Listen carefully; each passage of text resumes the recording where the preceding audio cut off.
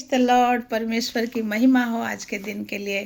प्रभु ने और एक मौका हम लोगों को दिया है, तो चलिए इसी मौका को हम बिना हराए इसी मौका का फ़ायदा उठाएंगे और परमेश्वर का वचन से कुछ सीखेंगे।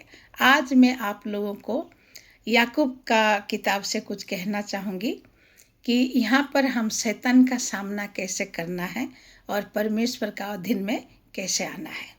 हम जितना परमेश्वर का अधीन होंगे, जितना उसका करीब होंगे, वो उतना हमारा करीब आएगा। मैं इसलिए कहना चाहती हूँ कि आज भी कई लोग, बहुत ईसाई लोग ऐसे हैं 10 साल 20 साल 30 साल से प्रभु में हैं, लेकिन आज भी शैतान के बारे में बात करते हैं। कहते हैं शैतान ने मुझे ये करवाया, शैतान ने मेरे पास आया, शैतान ने मुझे ये सपना दिलाया, वो किया वो ये किया। तो मुझे समझ नहीं आता है, अगर हम सचमुच परमेश्वर का संतान हैं, सचमुच यीशु मसीह का कदम के ऊपर कदम रख के चल रहे हैं, तो शैतान का कहाँ हक बनता है हमारे जीवन में आकर हमें परेशानी करने का। ये हो ही नहीं सकता। कभी कभी हम इतना बंधन में फंसे रहते हैं कि हम उठ नहीं पाते हैं, इसलिए कि हम परमेश्वर का अधीन नहीं है, उसकी करीब हम नहीं है।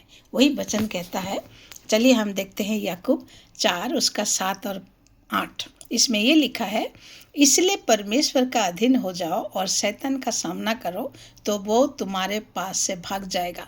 परमेश्वर का निकट आओ तो वो तुम्हारे निकट आएगा। ये बहुत ही महत्वपूर्ण चीज़ है और ये हमें समझना है, जानना है। शैतान कभी भी हमें ज़बरदस्ती हमारे पास नहीं आ सकता जब तक हम उसे मौका ना दें। मौका कैसे देंगे?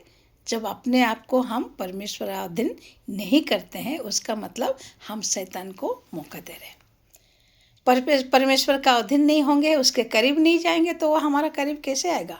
अगर परमेश्वर का करीब हम नहीं जाएंगे, परमेश्वर हमारे करीब नहीं आएगा, तो हमारे करीब कौन आएगा? शैतान आएगा, है ना?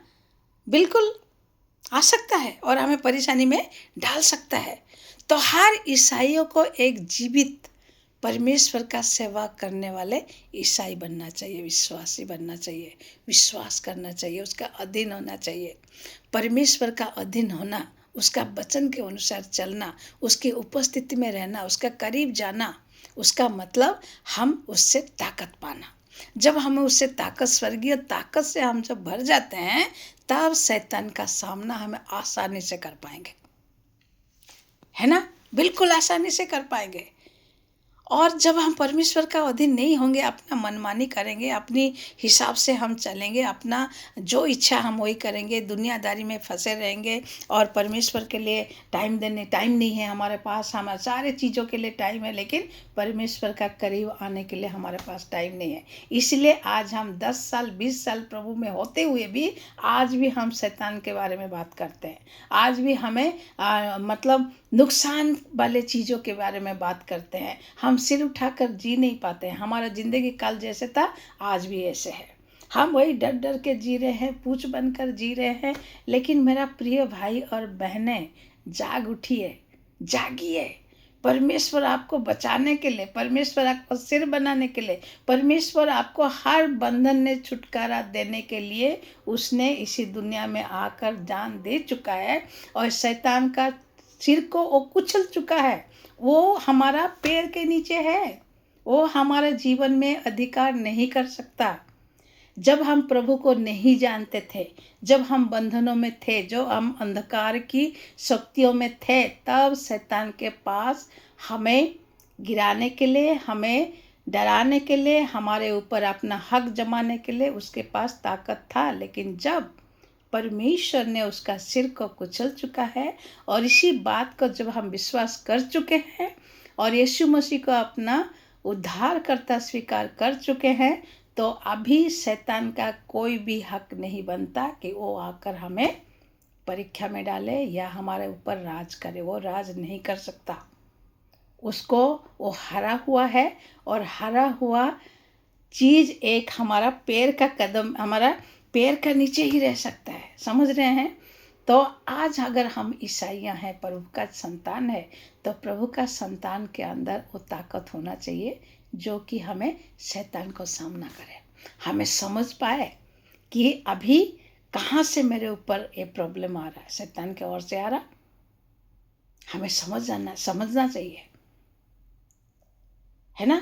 हम समझ कर उसको सामना करना चाहिए। अगर आप एक विजय का जीवन बिताना चाहते हैं, सिर उठाकर जीना चाहते हैं, तो प्रभु का करीब आइए, प्रभु का करीब आइए, उसका अधीन हो जाइए। उसका अधीन होने का मतलब उसका आवाज़ को सुनना, उसके चरण में बैठना, उसकी हाँ में हाँ करना, है ना। उसकी हाँ में हाँ करना, उसका इच्छा हमारी इच्छा होना चाहिए, उसकी योजना को हमें समझना चाहिए। इसी दुनिया में अगर मैं हूँ तो किस लिए हूँ, तो कल का बीता हुआ जीवन को छोड़कर हमें एक नया सृष्टि जैसे हमें जीना चाहिए, क्योंकि प्रभु ने एक नया जिंदगी हमें दे रखा है। हमारा पुराना स्वभाव सब कुछ निकल जाना चाहिए। एक नया स्वभाव, एक नया जिंदगी लेकर हम जब परमेश्वर का अधीन होकर उसके करीब जाते हैं, शैतान का कोई भी काम हमारे ऊपर राज नहीं कर सकता। तो मेरा प्रिय भाई बहन, परमेश्वर आपको सिर बनाना चाहता है, आपको एक विजय का जीवन बिताने के लिए सामर्थ्य देना चाहता है, लेकिन तभी मिलेगा जब हम उसके चरण में बैठेंगे, जब हम उसकी आवाज़ को सुनेंगे, जब हम उसे पहचानेंगे, जब हमें उसे जानेंगे और उसे स्वीकार करेंगे, उसके वचन को अपनाएंगे, तो प्रभु ज़रूर मदद करेगा। और मैं एक ही नहीं रही हूँ कि हम कभी कभी वीक हो जाते हैं, कभी कभी कमज़ोर पड़ जाते हैं, लेकिन प्रभु ने वादा किया है हमेशा वो हमारा साथ रहेगा, हमेशा, और हमें सामर्थ देगा। और उसका हेल्पर जो हमें मदद करने के लिए जो पवित्र आत्मा है, वो भेज कर हमारा मदद करेगा, और ऑलरेडी वो हमारे साथ है ना। तो पवित्र आत्मा का शक्ति, सामर्थ, परमेश्वर का अगुवाई हमारे साथ रहे, ताकि इसी दुनिया में शैतान जो राज कर रहा है उसका राज हमारे ऊपर ना आए, लेकिन परमेश्वर का राज आए, और परमेश्वर के लिए हम सिर उठाकर जिएं। प्रभु का धन्यवाद हो, और प्रभु इसी वचन से आप लोग को आशीष दे, ताकि हर वक्त हमेशा आप परमेश्वर का करीब जाएंगे और प्रभु आपके करीब आएंगे, ताकि आपका जीवन एक विजयमय जीवन हो, एक खुशी से भरा हुआ जीवन हो, एक शांतिमय जीवन हो। आमीन। प्रभु आपको आशीष